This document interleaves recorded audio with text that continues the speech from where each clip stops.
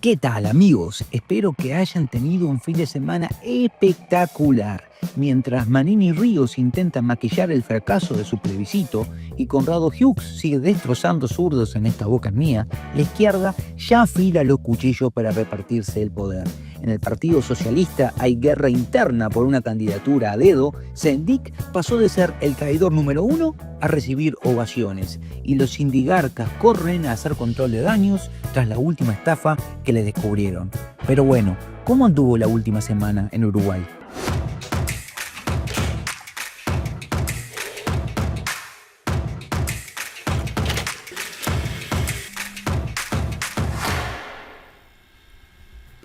En el programa de Gabriel Pereira siguen de luto por el voto a Gustavo Salle. Una periodista desesperada pidió que los políticos dejen de denunciar corrupción porque, claro, si la gente se entera de cómo se manejan, después les da por votar a Salle. ¡Qué tragedia!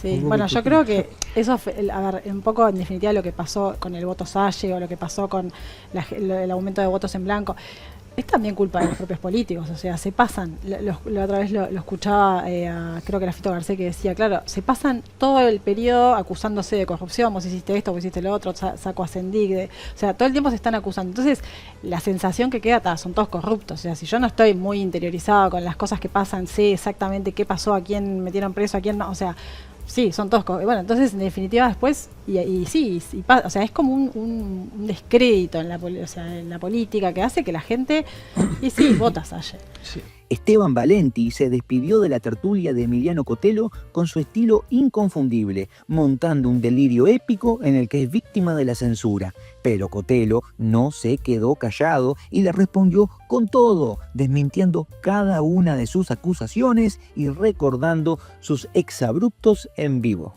Este fin de semana, Esteban Valenti publicó en varias redes sociales una nota sobre el final de su participación en la tertulia de los jueves. Ya había adelantado algo en los días previos, por eso varios oyentes nos han preguntado sobre esta situación.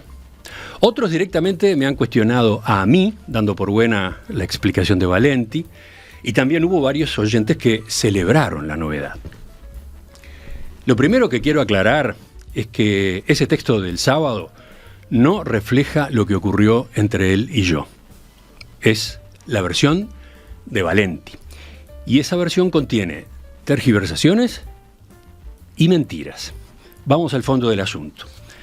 Esa forma de Valenti de expresarse, con especulaciones, sin pruebas, sembrando sospechas, era algo que él practicaba con demasiada frecuencia en la tertulia, llegando incluso a señalar con nombre y apellido a los presuntos culpables de los hechos que él imaginaba, sin exponer los fundamentos que sostenían su acusación. La tertulia no es para eso. La tertulia es un espacio de debate civilizado con argumentos. No es una plataforma para el enchastre de personas, de ningún signo político, no es una plataforma para el enchastre de ninguna institución ni empresa.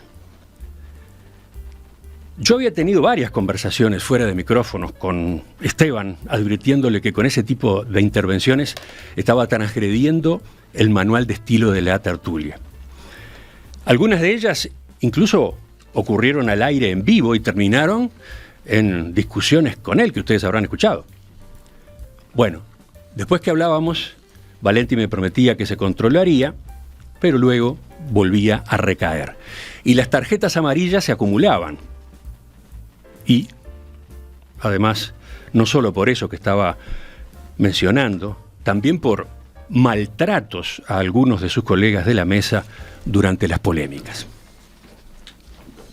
Entonces, francamente, si algo tengo yo para autocriticarme, es que fui demasiado tolerante con él.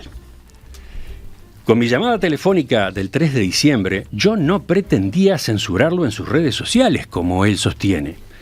Simplemente, al observar los extremos a los que había llegado su comunicación en general y el descrédito que le habían provocado esos mensajes de esos días en particular, yo le hablé para agendar una reunión presencial para conversar con tranquilidad sobre el cierre de su ciclo en la tertulia. Y le pedí que no fuera el jueves siguiente. ¿Por qué esto último? ¿Por qué que no fuera el jueves siguiente? Y porque, conociendo sus antecedentes, era muy posible que lanzara al aire sus elucubraciones de los días anteriores. Esa fue la razón de mi planteo, que no se relacionaba para nada con la eventualidad de que Pablo Carrasco explicara la situación en la radio, algo que, por otra parte, no estaba confirmado ni por asomo. En resumen, no lo estaba censurando por sus tweets, no lo estaba censurando tampoco en la tertulia. Simplemente la gota desbordaba el vaso y yo me había convencido por completo que era imposible que Valenti cumpliera con el manual de estilo de las mesas que todos los integrantes de ese espacio se comprometen a respetar. El Frente Amplio y la Intendencia de Montevideo quedaron expuestos una vez más. La calidad del agua en las playas capitalinas está fuera de control, con niveles de contaminación fecal por encima de lo seguro. Pero la Intendencia prefirió ocultar la información en lugar de advertir a la población. Que hoy crece, el Ministerio de Salud Pública pidió información a la Intendencia de Montevideo sobre la calidad del agua en las playas a partir justamente de esta publicación de Leo, que dio a conocer informes que señalan que el nivel de contaminación fecal en algunos casos está por encima del límite recomendado. Según el artículo, las playas de Positos, Buceo y Santa Catalina superaron en la temporada pasada el nivel seguro de enterococos, un género de bacterias que indican contaminación fecal. De acuerdo a los informes proporcionados por la Intendencia y siguiendo un criterio de la propia comuna, esas 3 playas no debieron estar habilitadas. El subsecretario de Salud Pública, José Luis Santián, dijo al Observador, en este caso no a mí, sino a algún colega, que preocupa que haya valores por encima de lo recomendado en cuanto a enterococos y no se esté alertando a la población sobre el peligro de bañarse en esas circunstancias.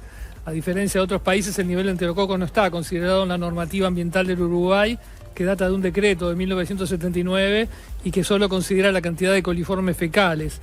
Ese parámetro se buscó modificar sin éxito en los últimos años, dado que la comunidad científica internacional está de acuerdo con que los enterococos son un indicador bacteriológico más eficiente para evaluar la calidad del agua para uso recreativo. El asunto generó repercusiones en el día de ayer en todo el sistema político. Entre ellos habló el intendente de Montevideo, Mauricio Zunino, en rueda de prensa, y allí defendió el nivel de controles que reciben las playas de la capital. Datos se sacan, incluso para la nota de las propias informaciones de la Intendencia. Tenemos todos los elementos habilitados y efectivamente en condiciones todo el sistema de playa. Vamos a hacerla.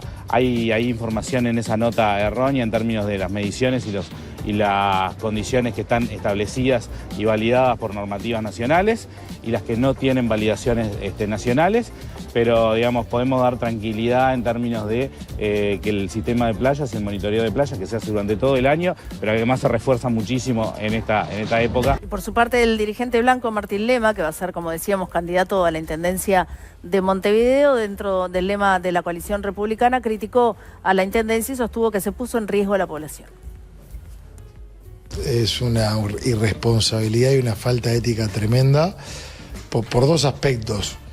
Uno, el ocultamiento de una información de mediciones, que esto va más allá de la normativa, porque el montevideano que tiene una playa que hace uso del agua no quiere una explicación técnica de una normativa desde el punto de vista jurídico y demás, sino quiere saber si en esa playa tiene seguridad o tiene un riesgo en la salud.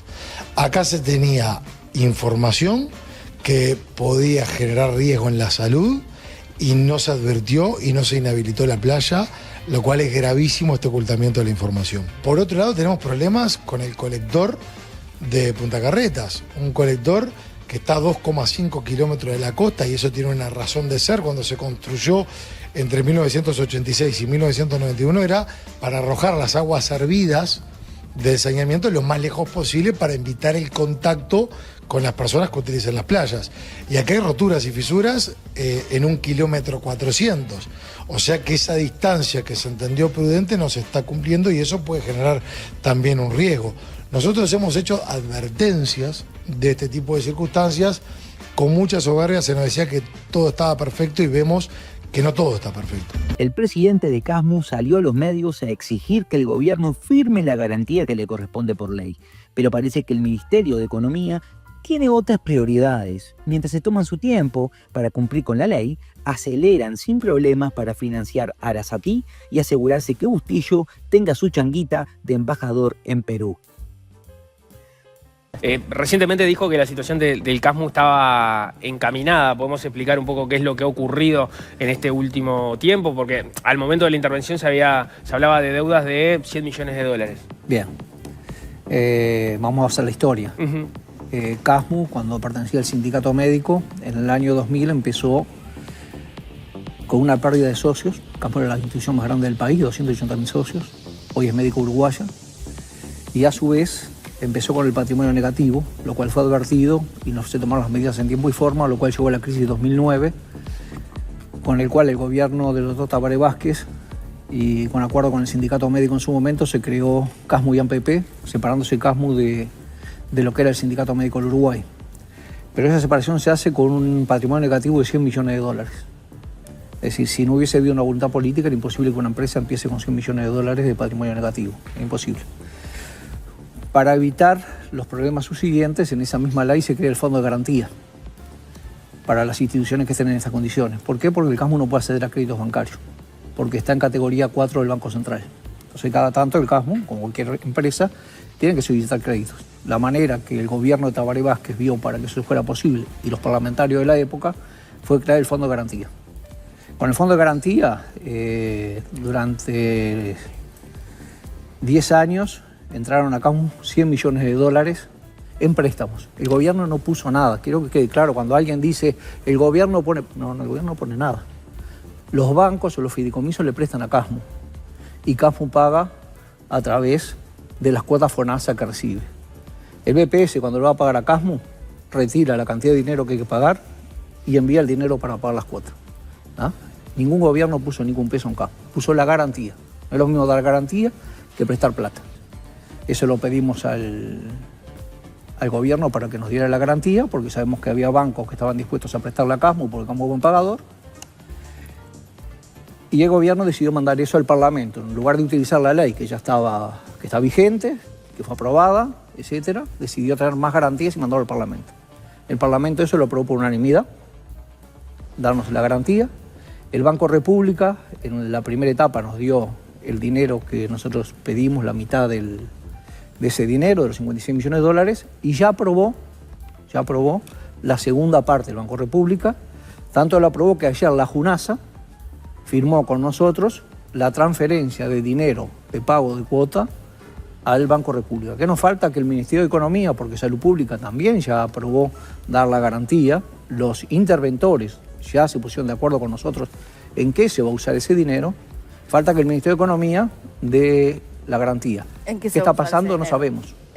Raúl Sendic volvió de urgencia por un tema de salud y de repente el Frente Amplio pasó del linchamiento público a la solidaridad militante. Sí, los mismos que lo destruyeron hace unos años ahora lo ovacionan como si fuera un prócer caído en batalla. El ex vicepresidente de la República, Raúl Sendic, que se encuentra viviendo en Paraguay, está padeciendo una enfermedad que obliga o que lleva a que su familia tome la decisión de trasladarlo a nuestro país. Se encuentra internado en estado reservado, va a ser trasladado seguramente en estas horas a nuestro país y esta afectación que está padeciendo le va a llevar una muy larga recuperación. Desde el Frente Amplio, Fernando Pereira se contactó con familiares de Raúl Sendic para poner a la fuerza política a disposición del ex vicepresidente.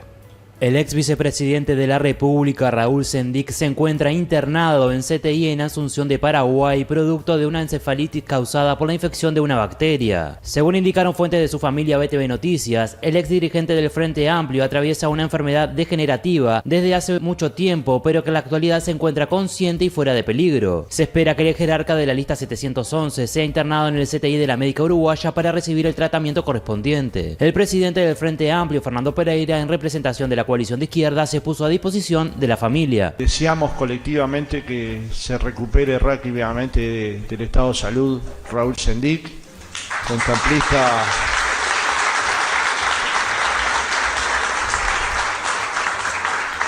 nos vamos a preocupar del tema, pero también nos vamos a ocupar del tema. 7.000 personas firmaron para que Valentina Dos Santos, condenada por pagar horas extra fantasma, sea candidata a intendente en Artigas. Porque al parecer, meterle la mano en el bolsillo a los contribuyentes no es un impedimento para postularse. Está sesionando a esta hora la Comisión de Asuntos Políticos del Partido Nacional, donde, entre otros temas, se analiza la solicitud que realizaron dirigentes nacionalistas del departamento de Artigas para que se habilite a Valentina Dos Santos como candidata a intendenta de ese departamento para las elecciones del mes de mayo. El presidente de la agrupación Artigas Adelante y representante nacional por el departamento, Emiliano Soravilla, presentó este martes al honorable directorio del Partido Nacional una carta solicitando que Valentina Dos Santos sea ingresada como afiliada al partido y habilitada como candidata a intendenta. Se pretende que la candidatura sea en representación de la agrupación bajo el lema del Partido Nacional de cara a los comicios departamentales del domingo 11 de mayo de 2025. La solicitud de Soravilla está acompañada por la firma de 7.256 ciudadanos por libre y espontánea manifestación de voluntad, con el propósito de permitir a una ciudadana sin restricciones legales ni constitucionales postularse en una elección democrática. Esta solicitud se enmarca luego de que la exdiputada nacionalista cumpliera la pena por la que fue condenada en el marco de la causa por el pago irregular de horas extras en la Intendencia de Artigas, lo que provocó su renuncia al Partido Nacional. Según informó su abogado Jorge Barrera, al cumplir la pena se restablecen todos los derechos políticos. En la jornada de hoy se reúne la Comisión de Asuntos Políticos del partido para debatir este tema, el cual será puesto en consideración del directorio en los próximos días. El Frente Amplio ya afila los lápices y apunta a la billetera del campo. Con la excusa de fortalecer el Instituto de Colonización, Yamandú y su equipo anuncian que van por 25.000 hectáreas, sobre todo para mujeres y jóvenes, porque el clientelismo necesita categorías. Mientras tanto, Frati prepara el impuestazo que se viene y avisa que Colonización la dejaron en pelotas financieramente. La solución, sacarle más al agro, porque cuando la plata es de otro, siempre es fácil repartirla. Yo creo que cuando hay un cambio de gobierno y un cambio de autoridades, uno aspira a que existan algunos cambios, pero no podemos adelantar las medidas antes de reunirnos con la gente de Colonización, que se forme el equipo. Usted sabe que ahí nosotros nombramos el presidente, falta el delegado de la oposición, el delegado del ministerio, se me escapa ahora, y otro delegado el delegado de la educación. Por lo tanto, hasta que no esté formado el directorio no podemos adelantar demasiado, pero uno siempre sueña que estas instituciones, si hace lo mismo que está haciendo, nos paramos. Yo creo que siempre tenemos que dar un pasito más, y aparte de eso hay un compromiso del presidente entrante de 25.000 hectáreas para la lechería, ¿no? Sobre todo para mujeres y gente joven, así que... Muy afectada siempre, sobre todo en las rendiciones de cuentas y en los presupuestos quinquenales, donde usted, Frati, como legislador, ha visto que muchas veces cuando se quiere redireccionar dinero, se va a Colonización y se saca dinero de ahí, ¿no? A ver, a ser honesto, yo lo dije en el Parlamento, así que lo puedo repetir acá, a Colonización lo desnudaron.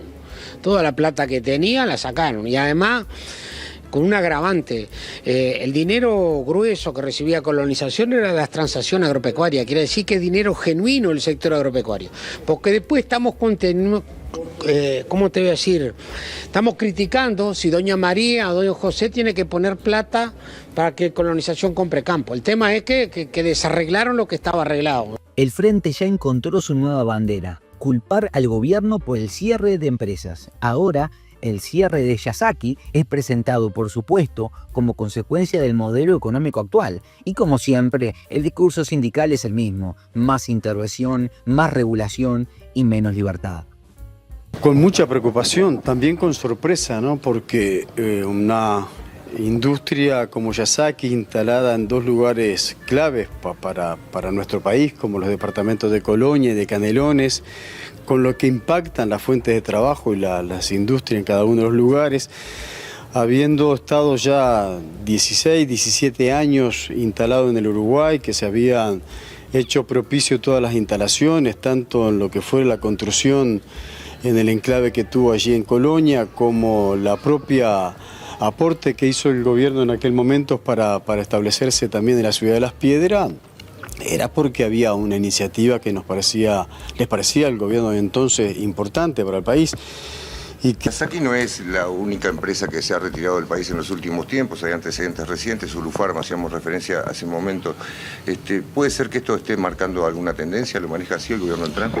Ojalá que no. Nosotros lo habíamos declarado hace un par de semanas atrás, en una de las reuniones, creo que fue con la Confederación de Sindicatos de la Actividad Industrial, que decíamos que esa es la preocupación que nos trasladaban los sindicatos, que nos trasladaban los trabajadores, porque se están dando algunos mecanismos que no estaban ocurriendo durante el año pasado, pero que resulta que en el último mes del año pasado y en el primer mes de este año 25 hay mucha reestructura, hay cierre de empresas, hay despido de trabajadores. Bueno, y no quiero ni siquiera meterme en qué es lo que está pasando en la cabeza de cada una de las situaciones. Deben ser situaciones distintas, pero obviamente que complican un panorama, ¿no? Complican porque lo que estamos tratando de hacer es revertir y que haya cada vez mejores puestos de trabajo. Vuelvo a insistir con eso.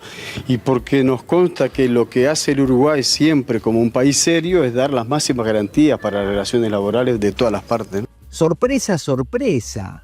Otro escándalo sindical con desvío de fondos, esta vez en el Zunca. Más de $840.000 fueron a parar a cuentas personales de militantes y dirigentes en una maniobra tan burda que hasta la descubrieron por casualidad. ¿Y la reacción del sindicato? Expulsar a unos cuantos, hacerse los sorprendidos y prometer más controles. Tranquilos, en el sindicalismo uruguayo todo se investiga, después de que los agarran, por supuesto. En el mes de diciembre pasado, detectamos situaciones irregulares que se daban en el Fondo de Vivienda de la Construcción a partir de que una persona administrativa de dicho fondo se había ausentado, ¿verdad?, por problemas personales, y ahí se detectó de que se estaban haciendo transferencias no autorizadas a cuentas que no tenían nada que ver con la operativa del fondo, y por lo tanto, en este sentido, nosotros lo que determinamos, junto con el sector empresarial, ordenar una auditoría externa en forma urgente, de que, en definitiva, resultado que deja de que se hicieron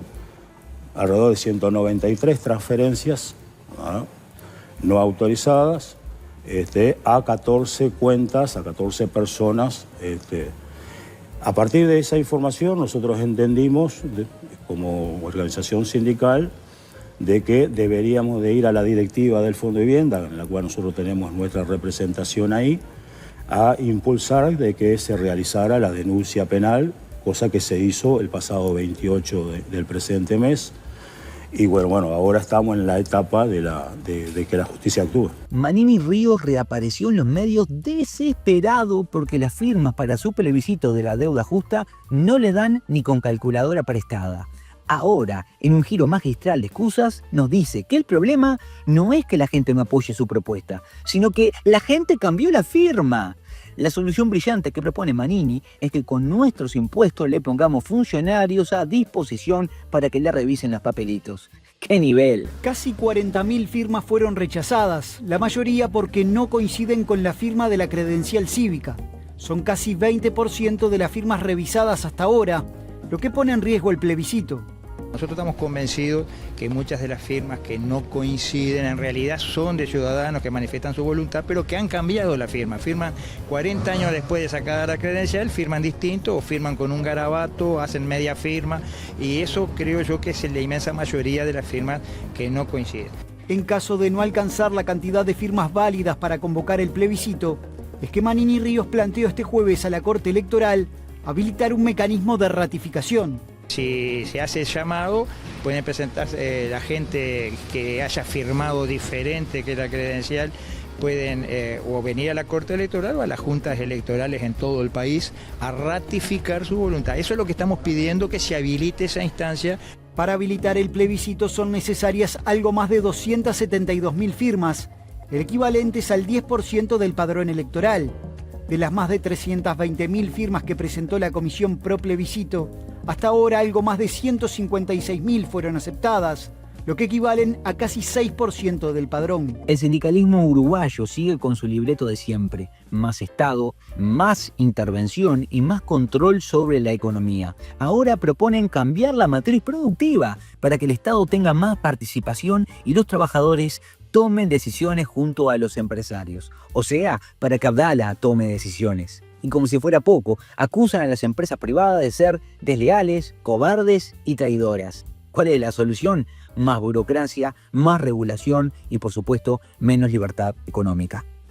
Una estrategia, un proyecto de desarrollo económico integral del país que permita cambiar la matriz productiva, esto es, mejorar la composición industrial de nuestra producción, que permita mejorar la capacidad de planificación estratégica del Estado, que permita que en áreas clave el Estado mejore su participación en la economía y que en definitiva los recursos que nuestro país genera hoy a través de una inserción económica básicamente dependiente se puedan reinvertir en mejorar el aparato productivo, mejorar la distribución de la riqueza, mejorar la democracia de nuestro país, un espacio de diálogo sobre una estrategia de desarrollo económico construida con participación del sector empresarial, de nuestro PICNT, de los trabajadores y del propio gobierno para prender las luces a décadas para adelante, pero que se empiece a implementar desde ahora. Esa es la propuesta central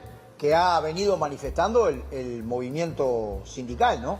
Nosotros tenemos una economía básicamente dependiente. Eso es lo que hay que cambiar. Hay que ir a modos de producción y de distribución en cuyo centro esté la gente. Cosa que no sucede ahora, porque, a ver, el ejemplo que decía Carlos, yo no quiero que esto se pierda. Se pretende estigmatizar a la organización sindical por una decisión que toma una transnacional. Carlos mencionó una empresa y nosotros somos defensores de los intereses de los trabajadores también en esa empresa, donde no había organización sindical y la empresa despidió a más de 200 trabajadores, mandó a 100 al seguro de paro. Entonces, este es el régimen económico que nosotros queremos tener. Es una discusión que hay que ponerlo arriba de la mesa. Y obviamente para nosotros no existe, digamos, no hay un país que se pueda desarrollar sin industria. Hay cosas que son clave que nosotros tenemos que ir montando entre todos como sociedad y bueno, el movimiento obrero obviamente que hará sus aportes, digamos, en la propia negociación. Ahora nos comunica, por eso yo estaba un poquito atento al celular, que inclusive hay algunas condiciones para que el propio ministro de Trabajo nos reciba de manera inmediata, inclusive hoy de tarde. Así que todo esto, obviamente es muy difícil revertir una decisión como la que ha tomado esta empresa, pero todos debemos saber que el movimiento obrero lo que está es en defensa del trabajo y que vamos a buscar todos los mecanismos para intentar defender el trabajo de la mejor manera posible. Y que esta gente se comportó de manera desleal, cobarde, traidora con los trabajadores y el país. TV Ciudad es un canal que todos los montevideanos bancamos con nuestros impuestos para que la izquierda tenga su propia fábrica de propaganda. Y como era de esperarse, nos devuelven el favor produciendo disparates y estupideces como lo que te vamos a mostrar a continuación. Pero yo creo que todos y todas somos rari. Puede ser. Y que cuando habitamos los rari, en algún momento en la escuela, en el liceo, que es donde más lo grupal te hace sentir rari, en algún momento te sentiste rari, que no encajabas. Y tuviste que hacer fuercita. Y ahí, donde sos rari, seguramente están tus dones. Por ejemplo, a mí me hacía rari el hecho de los globos. Yo no iba a los cumpleaños porque me molestaban los globos. Datos. Raro. Me molestaban pila los sonidos, y hoy compongo música. Perdón, yo no sé si alguien se dio cuenta, pero capaz que soy yo que estoy viendo mal de acá, pero la mesa tiene piernas. Claro. Lógicamente, Diego tiene piernas, por supuesto. Es Doris, se llama Doris. Pero las mesas no tienen piernas por lo general, perdón, yo no tienen patas, la mesa tiene patas. Yo ya sé, no conozco mucho de mesas, digamos, pero nunca había visto una... ¿Y va a todos lados así con...? A todito los lados. ¿En serio? Sí, sí. Por supuesto. Y ella va caminando a la Citarrosa, por ejemplo, ahora cuando tengan toda la función de la Citarrosa, ella va... Nos lleva incluso, nos lleva todos sentados ahí adelante. ¿En serio? Sí. Yo la verdad que estoy maravillado porque yo, claro, y de verdad que estoy intentando ver dónde... Y es espectacular. Tiene que haber un atuendo único. para ir a votar. Y no es algo que uno piense. No, ¿cómo no? Tiene que ser una ley, vas con la credencial y todo el atuendo. Yo, como es domingo, seguramente vaya con mi ropa de domingo. ¿Qué es la ropa de domingo? Pantalón deportivo, crocs, medias, un cangurito. ¡Ay, cada vez peor! Y una camperita. ¡Una mugre! No. Conrado Hughes se lanzó con todo contra el Frente Amplio en Esta Boca es Mía. Propuso cerrar todas las empresas públicas y se enfrentó a cada zurdo que intentó refutarlo. Que OCE es la peor empresa pública. Está solo superado por el Instituto Nacional de Colonización. Entonces le va a salir mal toda... Quiero contarles una cosa para que sepan. La represa de la que todo el mundo habla, que es la represa de aguas corrientes. De aguas corrientes. La última se hizo durante la dictadura, Paso Severino.